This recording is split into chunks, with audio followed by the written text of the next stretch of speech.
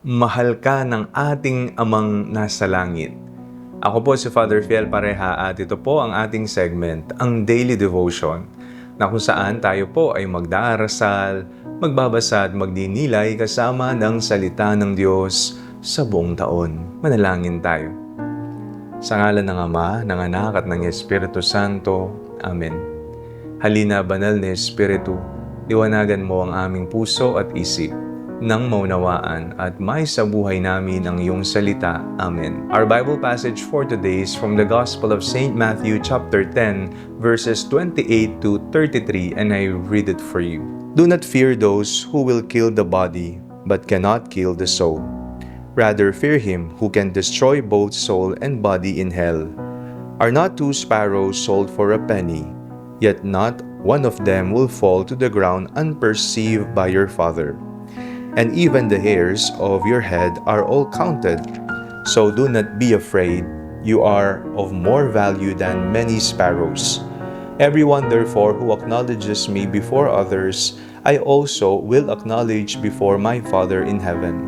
But whoever denies me before others, I also will deny before my Father in heaven. Huwag kayong matakot. Yan po ang sinabi sa atin ng ating Panginoong Jesucristo sa Ebanghelyo. Madalas maraming kinatatakutan ng tao, ang pagkabigo, kahirapan, sakit at maging ang pagkawala ng mga mahal sa buhay. Ngunit pinapaalalahanan tayo ni Jesus na higit tayong mahalaga sa maraming maya at walang anumang nangyayari sa atin na hindi nalalaman ng Ama sa Langit. Ang Diyos ay hindi malayo o walang pakialam. Siya ay isang mapagmahal na Ama na patuloy nagbabantay at nag-aaruga sa kanyang mga anak. Sa pagdiriwang natin ng Father's Day ngayong araw, naalala po natin ang lahat ng ama na nagsisikap at nagsasakripisyo para sa kanilang pamilya. Marahil ay hindi sila perpekto, ngunit sa kanilang pagmamahal, pag-aruga at pagtitiis, nasasalamin natin ang pag-ibig ng ating Amang nasa langit. Tulad ng isang mabuting ama, ang Diyos ay laging nagmamalasakit sa atin. Kilala niya tayo, nauunawaan ang ating mga pangailangan at hindi niya tayo kailanman pababayaan. Ang mga ama ay madalas tahimik na nagpapagal upang matiyak na may pagkain sa hapag, may edukasyon ng mga anak at may pagkakaisa sa tahanan.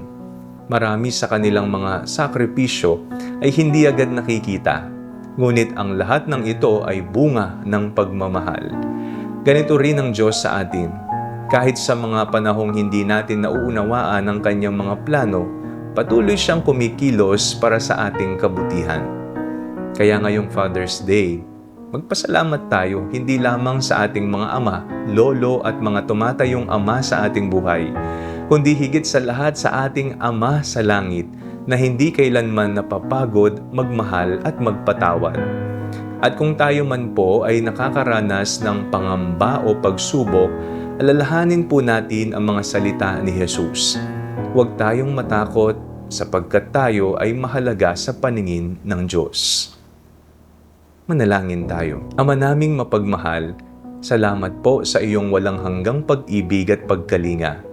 Salamat din sa kaloob ng mga ama at sa lahat ng taong naging gabay at tagapangalaga sa aming buhay.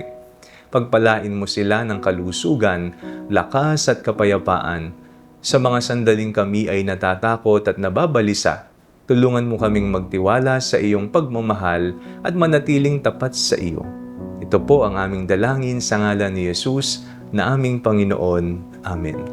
Sa ngalan ng Ama, ng Anak at ng Espiritu Santo. Amen.